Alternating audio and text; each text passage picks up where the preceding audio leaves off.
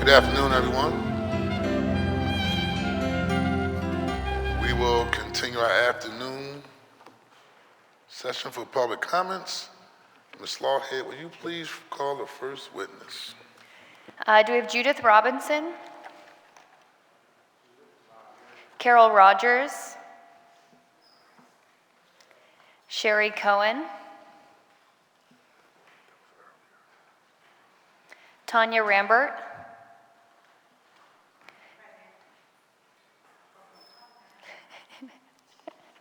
Kelsey Leon?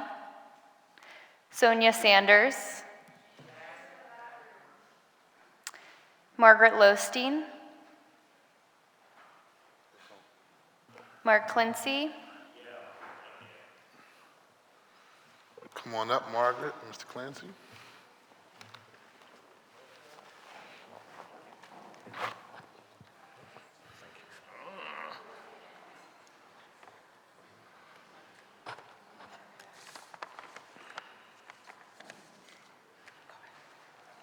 Ladies first.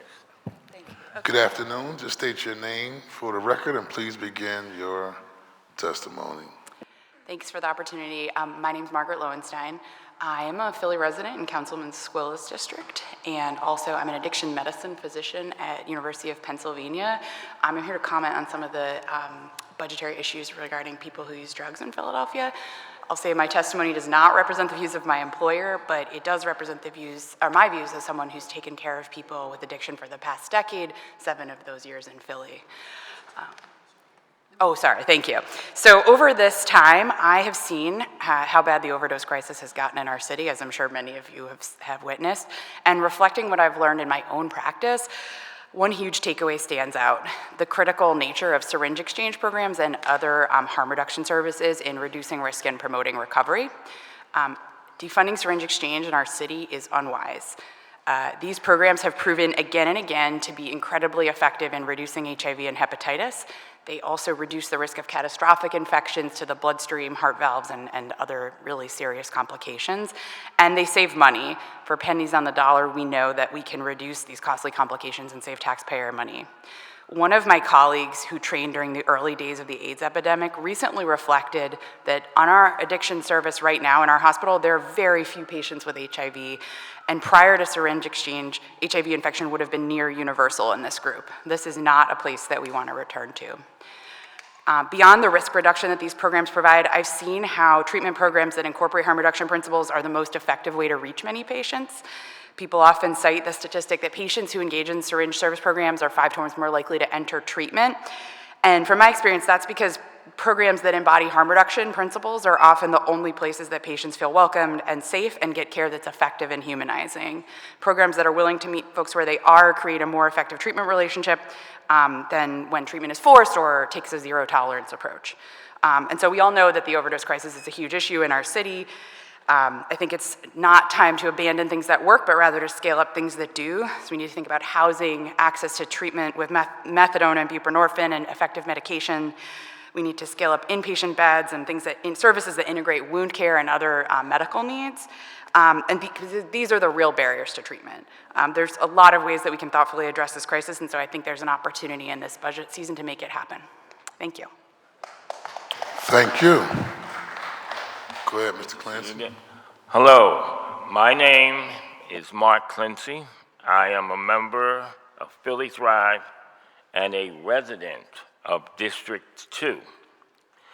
There are many low-income people in the urban community that cannot afford to have their homes repaired. It is important to keep people in their homes.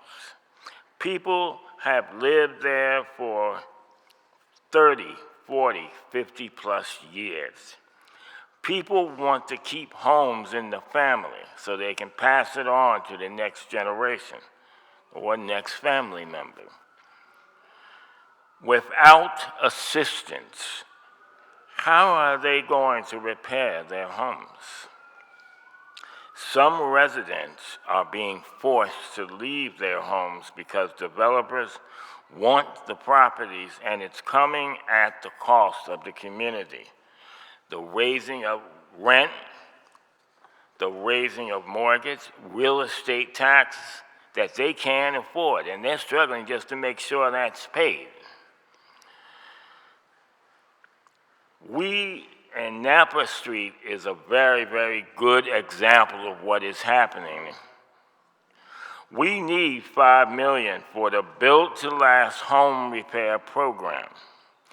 This program is unique because it provides clean energy, weatherization, and solar energy for low-income homes.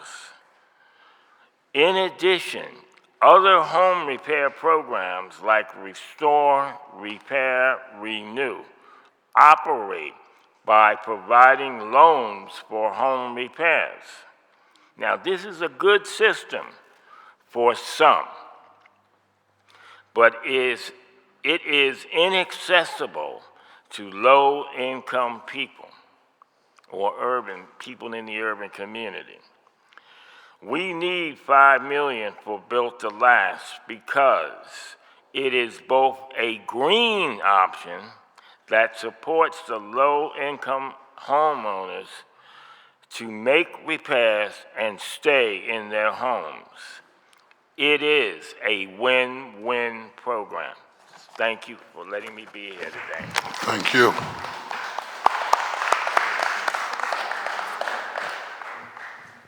Good afternoon, President, to City Council. I'm just here, I just wanted to put this on the record. We have 2 schools in our neighborhood. I'm in the 4th Ward. Curtis Jones is our council person. I'm also the Vice President of the 4th Ward. There's 2 schools in our community is closed, and the only thing I would like to say to you, President, we need more understanding. He's not communicating with us about the schools. Also, our recreation center, the mayor gave us a lot of money. We got $17 million. We're not getting communication what's going on with our recreation center. So I'm only here on the behalf of my people and my community. We just want more information what's going on about these schools that's closed, and also about our recreation center, because I'm one of the ones that walked the mayor around, Kenny, when he first got in office, and he told us that he was going to give this money to us, but we have no communication about our new recreation center that's coming. And like I said, I'm on the board. I'm a executive Democratic vice president of councilman. He's our ward leader. I'm asking for this body to please give us more information about what's going on. That's the only reason why I'm here. Thank you very much. I missed last Thursday council. Hope I'll be here tomorrow, but I wanted to say this to you, President. Y'all doing an excellent job as far as this budget hearing. I think it's I heard a whole lot, just like you, and I think y'all gonna make the right decision for we the people that, come here and just want the right things for us. So I just wanted to add that on the record as well, so thank you. Thank you very much. Give your first and last name for the record.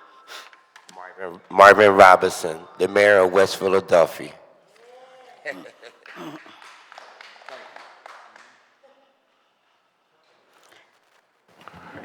Next. Hi, my How name you is doing? Sonia Sanders. I'm a longtime resident of Grace Ferry. I came here I'm part of Philly Thrive, but I came here as a resident. I lived at 1433 South 32nd Street for 27 years. I just want to tell you all about my housing, about my house particularly. Living there, I've encountered old pipes, the back of my walls falling down, the roof is falling apart. It was so bad that we had to, bugs coming in, and we had to tape the walls. The bricks are not aligned. Downstairs in the basement, if you look up, all you see is the beams and the floorboards. And the sheetrock is falling apart as well.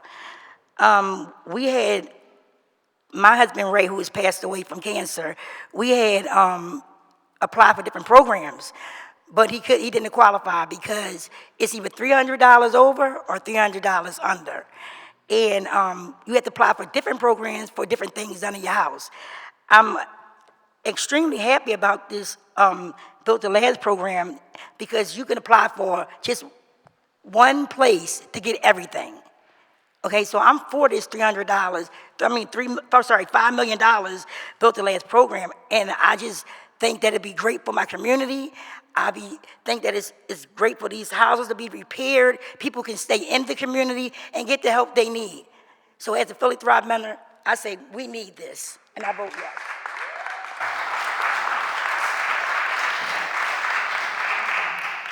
Ms. Lawhead, call the next witness. Teresa Carr, Ashley Rosario, Margaret DeSanto, Makia Elizabeth, Darlene Morris, Jeff Williamson, Brianna Robinson, Avery Lucas, Aramacel Onokua,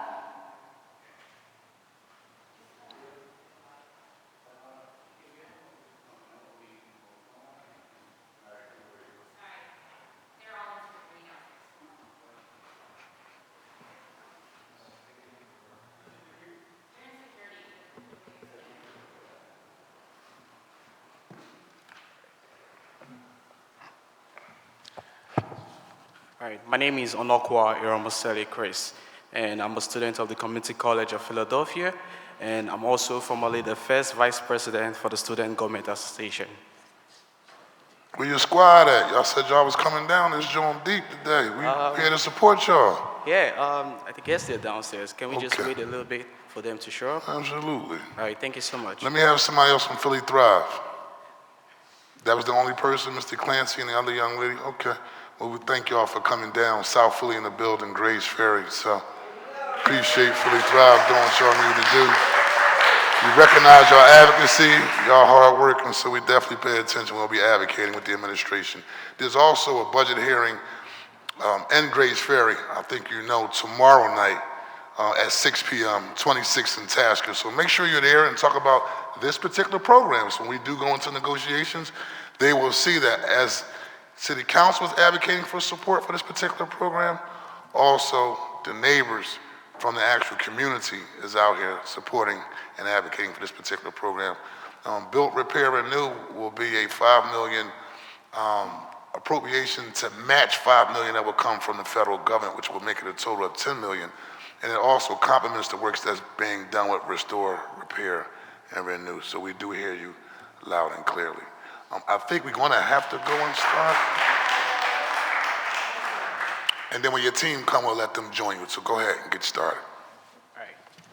All right. Today I'm here as a testament to the power of education and opportunities it can unlock. My journey began with a simple dream to become a medical doctor and make a difference in the world. Leaving behind my family, I embarked on a 14-hour flight from the bustling Murtala Mohammed Airport, Lagos, Nigeria, to the iconic JFK Kennedy Airport. Little did I know that this journey will lead me to the Community College of Philadelphia, the path to possibilities. In this new environment, I found myself surrounded by astute scholars and empathetic professors who nurtured my curiosity and fueled my passion for learning. It was there, amidst the corridors and vibrant classrooms, that I discovered my true potential. During my academic journey at the Community College of Philadelphia, I had the privilege of being involved in a groundbreaking research project. Together with my peers, we explored how anthropogenic contaminant alters the microbial diversity in the aquatic ecosystem of the Delaware watershed. Our findings not only contributed to the field of science, but were also published in the esteemed Journal of Advanced Technological Education. But my journey didn't stop there. I had the honor of representing the college at the annual Biomedical Research Conference for minority students and recently presented at the prestigious National Conference on Undergraduate Research in Long Beach, California, standing alongside over 4,000 students across the country from Harvard University, University of Pennsylvania, Yale University, Columbia University, and so on. I felt a sense of pride knowing that I was part of something truly remarkable. None of this would have been possible without the unwavering support of the dedicated staff and professors at the Community College of Philadelphia. Their guidance, encouragement, and belief in my abilities have been the driving force behind my success. To each and every one of them, I offer my heartfelt gratitude. As I stand here today, I am filled with joy and gratitude for the countless opportunities that the Community College of Philadelphia has provided me. My journey may have begun with a simple dream, but it has been enriched and transformed by the experiences and opportunities that I have encountered along the way. I urge the City Council to consider providing funding for initiatives that support groundbreaking research work at the Community College of Philadelphia. These investments not only advance our understanding of the world, but also provide invaluable learning experiences for students like me. Together, let us continue to empower and inspire the generation of scholars and leaders. Thank you, everyone, for believing in the power of education to change lives. Thank you. Thank you.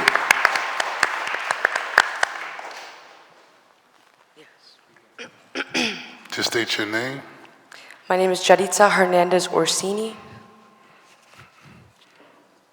You can begin. You're from community college as well? Yes, Student I am. government? Yep, yes, Welcome. I want to acknowledge it was Nina Ahmad who talked about the importance and need for all of you having a voice. We did get the email, and then Councilman Mark Squilla called me and said, could we make sure you get on the agenda for public comment? So we appreciate your enthusiasm, your passion, your commitment to come down and advocate for your school. You could begin. Thank you. Good afternoon.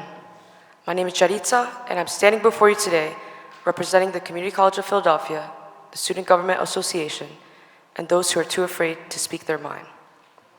I'm brought here by the overwhelming need for your efforts and continued support in funding the Community College of Philadelphia. After undergoing many traumatic experiences, CCP has been the best thing that's ever happened in my entire 23 years of life. A year ago today, I was completely blindsided by the challenges that life had me face. I grew up in the foster care system. I have been on my own since I was 15. I've always struggled to navigate through life without help by my side. As you can imagine, doing it alone is hard. During all this hardship, however, I reached my breaking point in 2021 when my house burned down. I was deprived of everything: my shelter, personal belongings, my savings, my entire sense of stability. I had nothing but the clothes on my back. Amid the chaos and despair, CCP welcomed me with open arms and provided me with the resources and support that I needed to regain my life. Thanks to the incredible programs and resources offered at CCP, I was able to not only continue my education, but thrive in ways I never thought possible.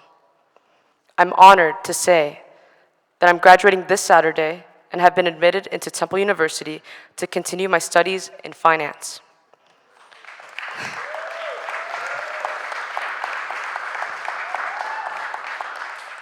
Thank you. Without the programs offered at CCP, I would not have a roof over my head, as I was fortunate enough to reside in CCP's on-campus shared housing at my time here. Though, as much as CCP has done for me, I know that there are countless other students who are facing similar struggles and challenges. This is why I stand before you today, urging you to increase your financial support to the Community College of Philadelphia and its students. Your contributions make a world of difference in the lives of students like me, students who come from nothing, and students who are simply trying to get by. With your help, we can ensure CCP remains a beacon of hope and opportunity for all students. Thank you for your efforts and continued support. I would not be where I am today without CCP. Thank you. Thank you very much.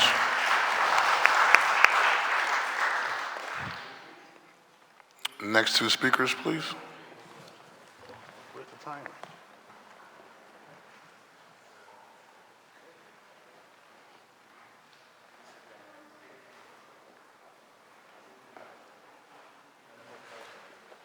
Isaiah.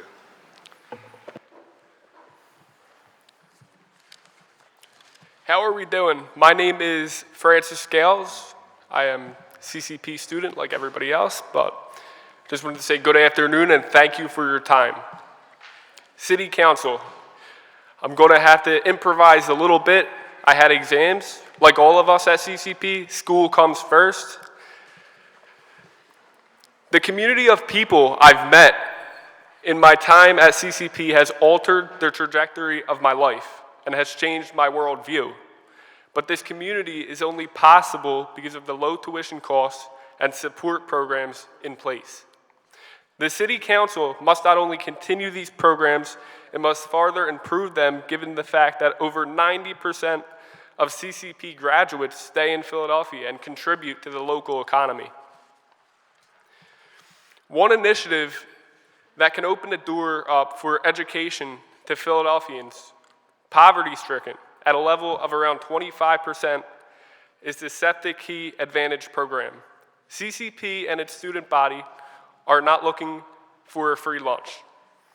We are looking to make public transportation accessible to all scholars.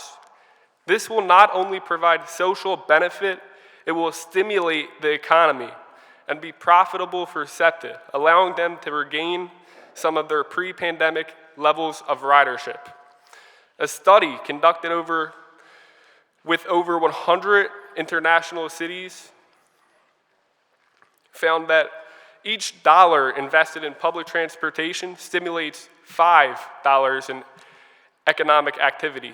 The bottom line is this: we need funding for Community College of Philadelphia. It is also pertinent that the students take part in the governance of our institutions. Students are ready to take on the responsibility of having a member on the Board of Trustees. This will ensure that our institution remains forward-facing and helps students. City Council, thank you.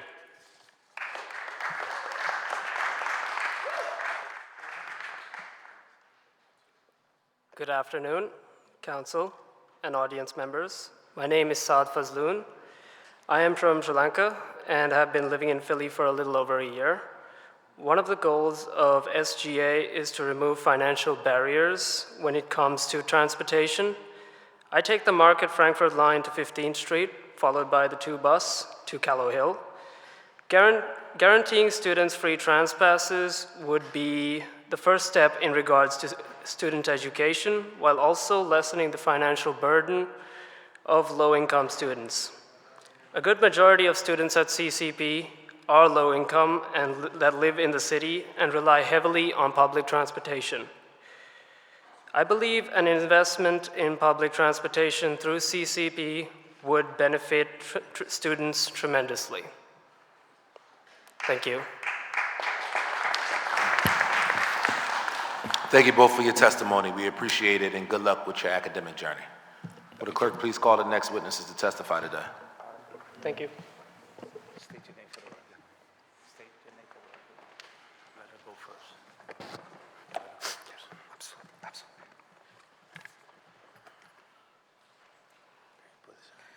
Good afternoon. Queen Judith Robinson here today to speak on the behalf of the school district budget. I'm going to preface my testimony by stating I'm a native North Philadelphian, Strawberry Mansion, public school graduate, 8475 Simon Gratz High senior class president, real estate broker of nearly 40 years. And I come before you today for all those who could not be here today. I am excited about coming here based on something that happened to me back in 4th grade at public school. My public school teacher, 4th grade, Miss Graves, took me to the 6th grade student council meeting, and I was hooked since then. That's when we had citizenship in school, a long time ago. But that's why I come before this body as often as I do, because I've been trained to do that in the public school. Yeah. So for all those who could not attend today, I'm going to say it ain't that deep. As I watch you all maneuver back and forth, no one of us is smarter than all of us. It's not that complicated watching you all with, I'm going to call it politics, okay, maneuvering back and forth. I just wish, and I challenge you all, especially the African Americans, to make sure you focus on student proficiency. Make sure that our students can read and write on grade level. I just wish I could see all of that kind of energy in that regard for that in all of our schools because it's so important.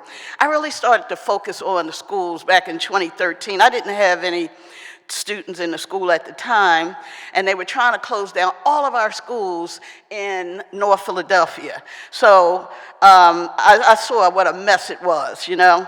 But since we're under the same restraints of 3 minutes, I'm going to get to it and say I am on the Environmental Advisory Council, so I'm watching capital projects. $5 billion in capital projects, and not the kind of energy our students would need to work on those remediation jobs. They're going to have to know reading and math, all of that. There's going to be a naming of the school district after Dr. Constance Clayton. She was definitely an educator. It's going to be a shame to have the school district building named after her and we have low proficiency for our students, especially African-American students. I really want to talk about the bullying policy, but since I'm under this 2-minute pressure and I never go over, bullying policy should be started in the beginning of the school year. Prevention is the key. Problems start in the schools. I was at the school district of Philadelphia back a year or so ago talking about the bullying policy and how it should start at the very beginning of the year. And all the folks that are there now and that are here now moved into other positions were there at the time. And from that day to this day, bullying hasn't been a focus. If it was, I think we could have laced some of the horrible things that has happened as relates to students either that are dropped out of school, should be in school, or under school age for sure. We need to give teacher support so that way we can demand proficiency. It ain't that deep, y'all, for all this maneuvering that I've saw over the past few days, and I'm challenging every last one of you all. Let me see what you're working with when it comes to proficiency for our students. Thank you very much for your attention.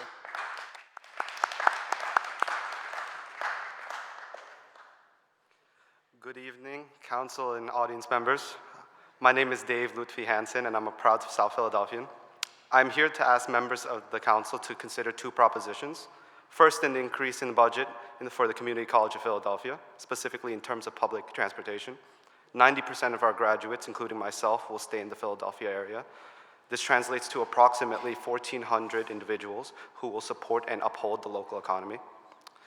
I believe this number would be higher if CCP students were given free transportation, since student success is directly correlated to attendance.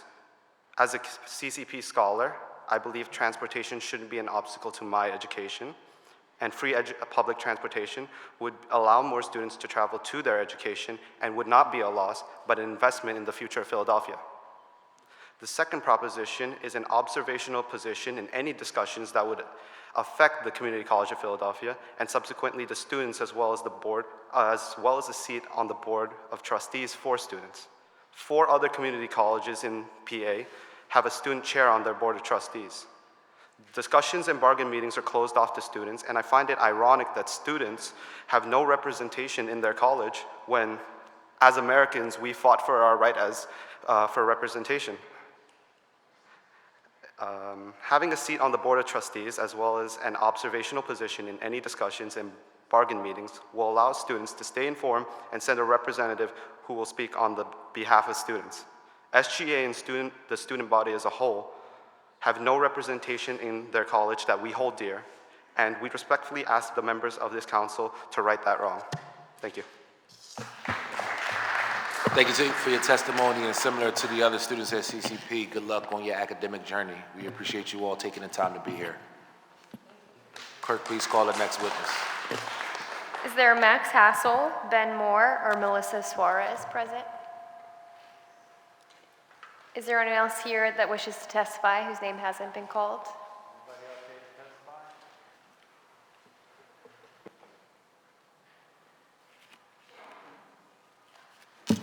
Chair recognizes Councilmember Ahmad.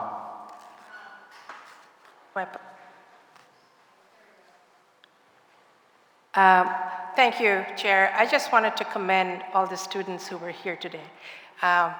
It reminded me of myself. And I did not have a community college option, which I would have exercised. I was not in the state when I was at that stage in my career. And that CCP affords so many of you an education and then a transition to a four-year college is deeply appreciated.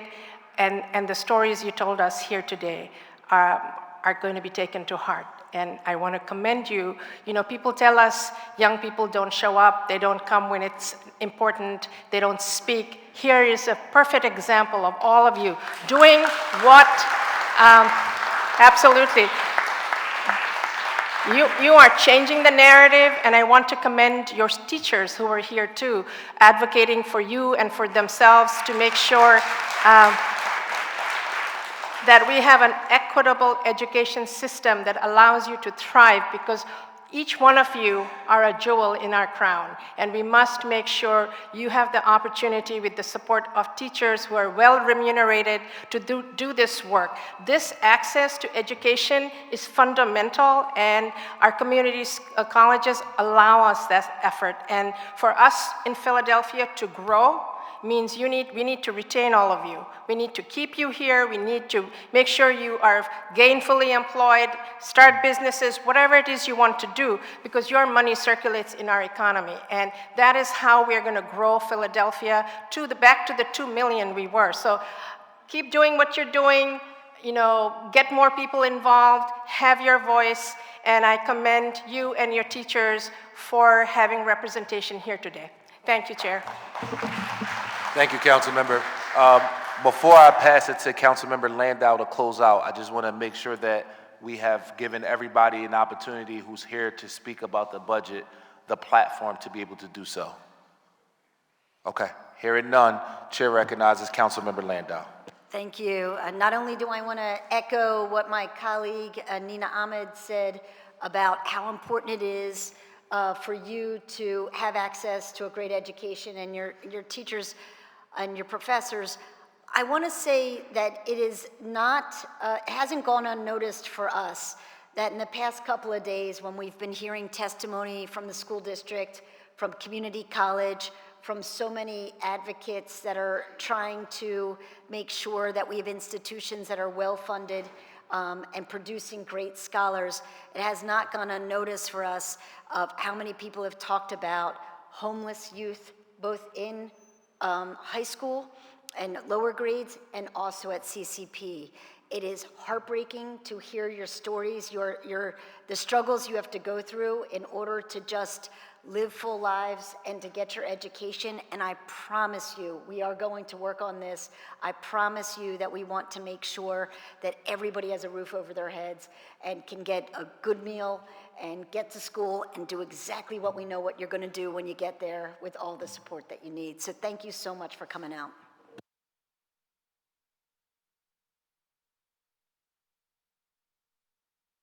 Chair recognizes Councilmember Catherine Gilmore Richardson. Yes, I too wanted to just thank our colleagues as well for your remarks and just echo their sentiments, and really thanking all the young people who are here. And also I see Philly Thrive here, our environmental activists, and we work with all of you, but particularly to the students. Continue to raise your voices, continue to be civically involved and engaged, and know that you too can make a difference in this process, not just in your communities, but also politically. And we know that we have Queen here, and we thank you for the work that you do as well, but each and every one of you who are here, too many to name, we are so appreciative of the advocacy.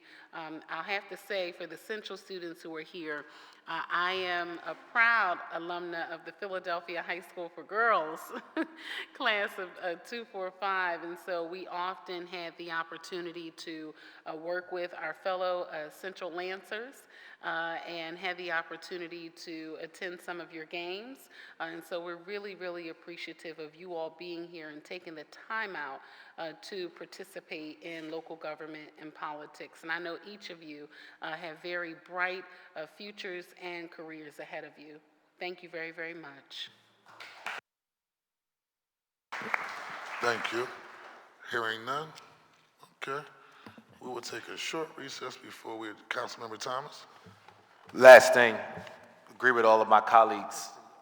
As you go on your journey, use City Council as well for internships. We're always looking for young people and college students to participate in internships, to learn how your government works, and then use the things that you learn to put yourself in a position to further your professional career. So like everybody else said, thank you so much for being here. To everybody who came to testify, but those of us who are in City Council often knows that when young people come down, it's just a little extra special. So thank y'all, we appreciate it. At this moment, we will take a very brief recess, and then we will shortly adjourn.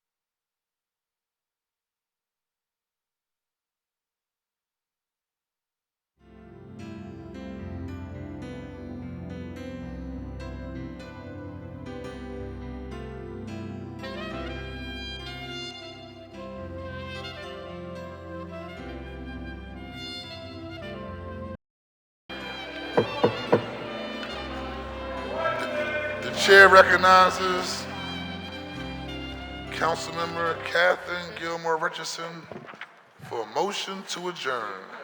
Thank you, Council President. I move that City Council's Committee of the Whole stand in recess until Monday, May 6th at 10 a.m. It has been moved and properly seconded that the public hearing and meetings on the bills and resolutions before the committee today Thank you. stand in recess until Monday, May 6, 2024 at 10 a.m. All those in favor will signify by saying aye. Aye. Those opposed, the ayes have it, and the motion carries. The committee will stand in recess until Monday, May the 6th, 10 a.m. 2024.